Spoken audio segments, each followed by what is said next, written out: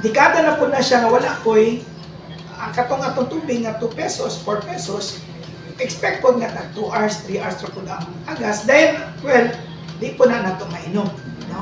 Di po na. Muna siya ang sitwasyon sa atong patubig karon. So, that's the reason why we need to strengthen, we need to increase the piping system. Then, tiga na itong option ang mga katawan.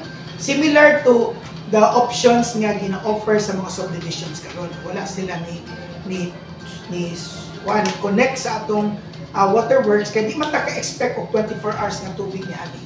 No? So, muna nga they come up with their own. Ang uban na nila dito sa sila yung murag tabay or whatever, no? Nasa underground. Ang uban na nila na sila yung other sources. So, that's our effort of water karon. So, ang question maguna is, ato ba ning ihikaw sa katawan ang kanang option? No, nga drinkable 24 hours. So, atong choice ang mga katawan. Of course, wala matagayon na atong palungon ang atong waterworks.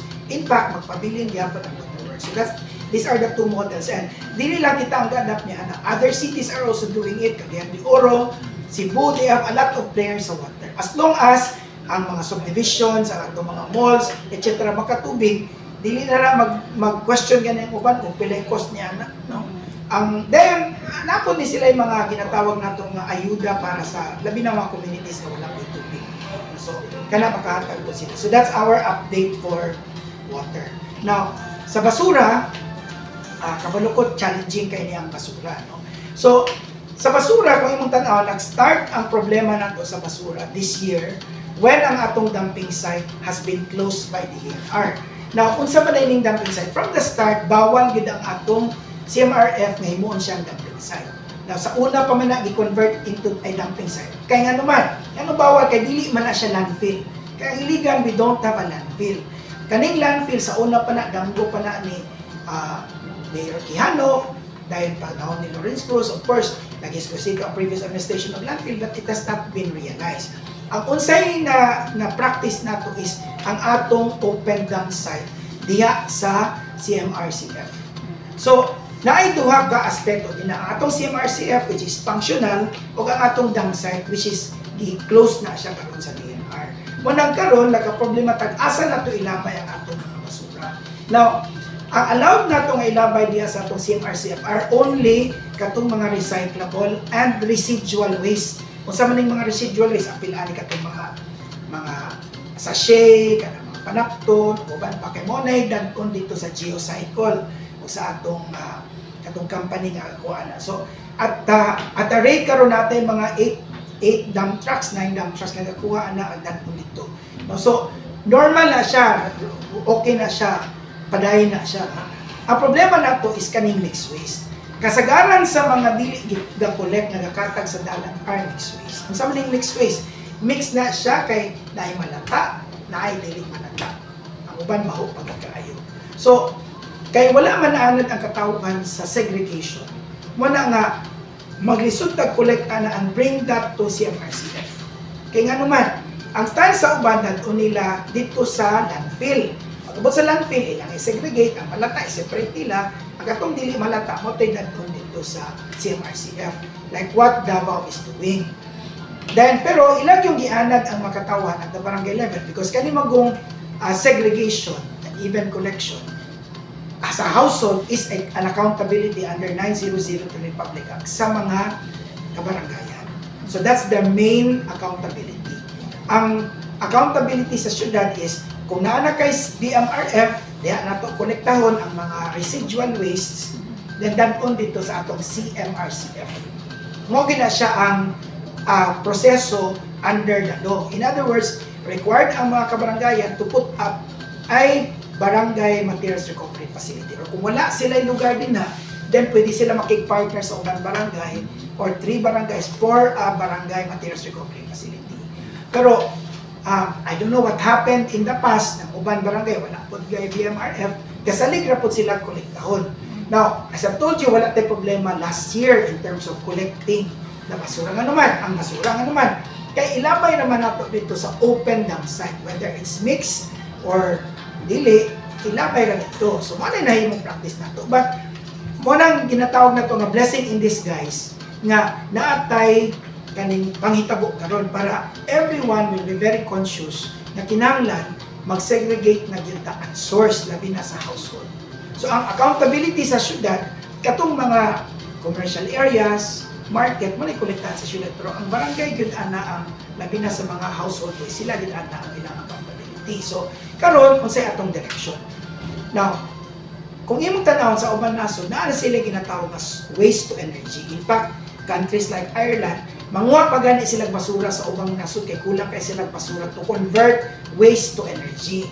Na mo na gusto sa atong mayor, pero kung imong tan-awon medyo pioneering pa man gud nga effort within the country. So, naay mga nag-offer pero wala pa gyud kanabitang actual nga kanang naagyo nag-adapt na ang city. Kung naay uban nga mga nagpadala ng brochure, etc.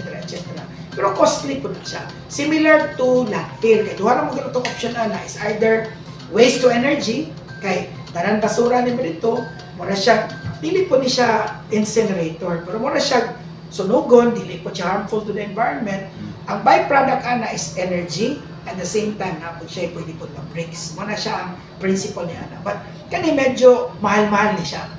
No? Or katong landfill.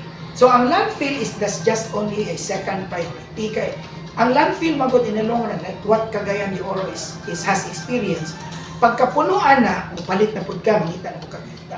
So how much will the landfill cost, no? Mga ano na siya depende sa location, 300 to 400 million na siya ang landfill. Kay imo pa man ang butang lining, di man na siya pwede nga bukid lang din maglabay din kana pa nay lining. Din apa kay mga machines ana paglabay nimo tambakan ning ana no sumaka ni mga bako, mga whatever it is no. So dili nga na din. Kinahanglan ang imong duga ato kay naa may lining, dili po na dito nga magtikom na po na siya kanang mo na ang uban butangan pa na nilang water treatment facility. Ang lutsanan sa landfill. So ingana ka medyo challenging po ng landfill. Dili na ingana nga magpalit na kag bukid, then kung pila na ka hektarya, how much will it cost you?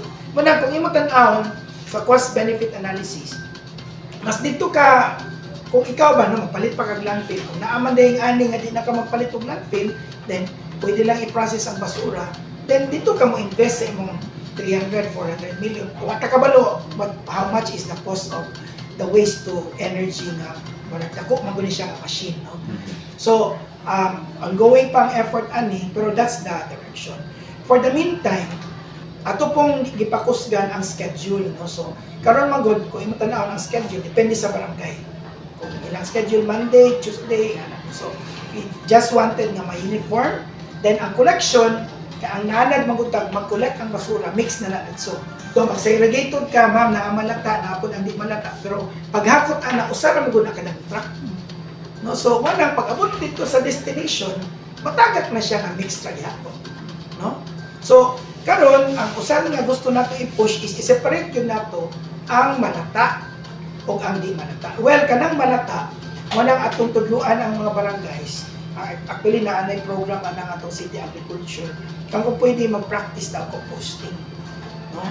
And then, barangay, kung na sila as allocation of composting para magamit pa yun ang ma-process for fertilizers.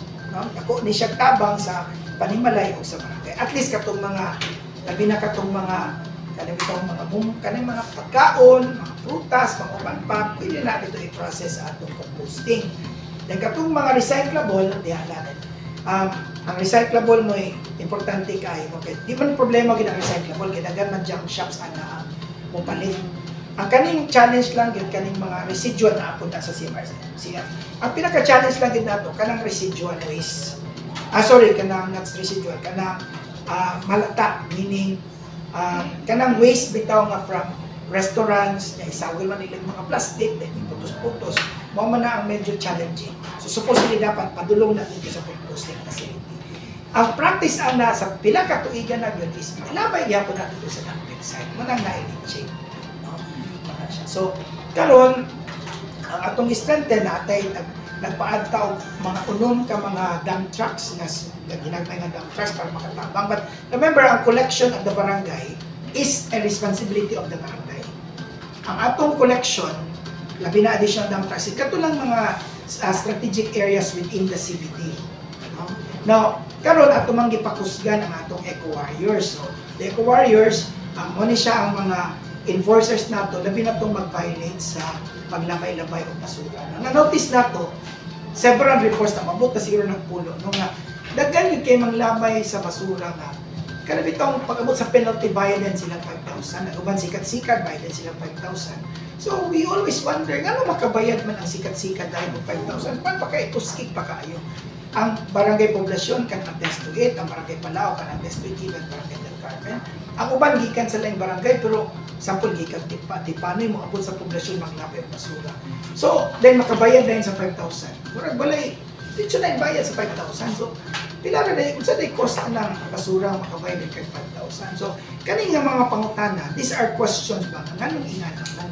Dinapay uban nakita na mong ay yagyag ang basura sa dalan, ikatag-katagin sa dalan. So, anong ingana man, no? So, wala tayo i-allege ani, but these are just questions ba? Kung ikaw sikad driver ka, ang imong income a day siguro mga 200, 300. Then kung naay penalty, makabayad ka 5,000. So, nga naman, no? Dako kay na nga pangutana nato. But anyway, ang second penalty ana, labi na masakpan nato the second time around is imprisonment yan. No? So, remind lang nako itong mga sigig violate aning sigig labay-labay o basura. Once naka-penalize na kang permiro, bayad ka 5,000. Ang second time around na is 1 month imprisonment. So, ato lang hangyo is this, we practice segregation. Dayon, naipamaagi na katong mga lata na to, pwede ginato malabay sa katong asa ang composting facility or mag-practice ta og composting at the barangay level. Mara gini among or sa household, actually kana mga pasok-pasok pwede maghimo og imong composting facility. Ang problem lang yun is dili pa gyud taanan ni ani, pero pila ka dekada nga wala ko tanaanan ni ani. So, it's high time for us, para blessing in disgusting basura, it's high time for us to make it sure that we follow the law under 9003. So even sa City Hall, nami instruction to practice segregation, o kanang even efforts for ay kanang single-use plastic bitaw. Example, kung nakay pack lunch, kung pwede ka tong papel ang gamiton, or kung pwede, dili na tong mga plastic, kay kasara man to gamiton, may lamay na yun, may anak challenge. So, we will launch the single-use plastic again, kaya nakalimot ng katawan ni Ani, natay balaod ni Ani. So ato nang i-impose o balik, kay I think that's very important na ma-reduce ang garbage at source. So, kanara siguro akong update. Ang amo lang, one, we need the cooperation of the people with regards to segregation. Kaya kung dili yun matabang Ani ang katawan, kung mag-isa man ang LCU. Okay? Kung mag-ini ka na, we need to make this as a habit ba? Kay masipag kung saan na to, kanang mga basura nga nasa dalan, o mixed waste na siya, di gina na to madala dito sa sila. Di karon wala man tayo dumping site. Wala man tayo dumping site, close na siya. Nanika pa man tayo dumping site. So, wala nga, magkaproblema kita kung maglabay tao ng mixed waste. Kaya di mo ginamakulat. Wala, ang pinaka-option, tawagan ang barangay, or makita bitaw niyo mga atong mga basurero, at even atong mga street sweepers, pang sila niya mag-segregate. Kung kayo, imbes nung paspas silang trabaho, segregate pa sila. E nga naman, para malimpyo lang din ang lugar. And we've been doing that, ang atong mga garbage collectors, ang atong mga Metroid, sacrifice a lot for segregation. Huwag po na naitabo sa barangay. So, example, sa populasyon, namin makita, katunan niya dito, mag-segregate po, pag-abot dito sa populasyon. Para lang, katong mga recyclable o katong mga residual waste, madala dito sa CMRC. Katong malata, mo itong pangitang paagay na asa.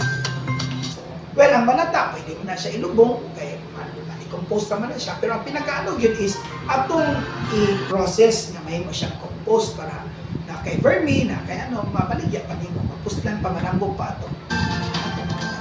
So, para siya. So, this is an appeal to the people na atong tabangan ang atong LGU, tabangan na ito, labi na ang barangay. So, karon bago lang po ni siya, katong share sa barangay in terms of the garbage fees, wala po na nahatag sa ilang sukat-sukat. So by virtue of the effort of Tatay Huertas, ato na siyang ihatag yun na share. Wala mo ginanahatag sa ilang. Huwag sila-sila naman, wala pa man po na set up for pila na po kabikada assistance to the barangay. So we will also do that. Katong pong payment, di ba na may payment, ang ang enforcer ato will receive 50%. So, incentive mo na nila. So, muna nga, ikaw kung sige ka ka-penalize as once is enough, pero twice imprisonment na nila. So, this is a warning sa katong balik-balik og lapay. And once our command center is up na, kay 250 ka camera by April nga mo operate na, makita yun ang kinsay, apil ang mga naong maklaro yun. So, pasensya ka itong mga second time offender, amog yung isa ka ang base sa ordinance ang 8%. Pwede nagsimo balik-balik og lapay. So, wala na mong hangyo, nga magtinabangay ta, wala may kumo kung mag-segregate ta, kaya segregation, ang itong mga recyclable o residual waste, wag yun ay problema ato ginalikulan. Pero katong mga malata, muna atong paningkamutan. Either, maghimo ka o compost facility sa imong panimalay, kung wala yun, then the barangay will help you in terms of, dagan man barangay nga gasugod-sugod na sa composting facility. So, then, ang ato pong DNR can also assist Senro and even ang ato city agriculture for composting facility. So, dagang kasalamat, siguro daghan na i-update pero wala na ang mga major updates na to.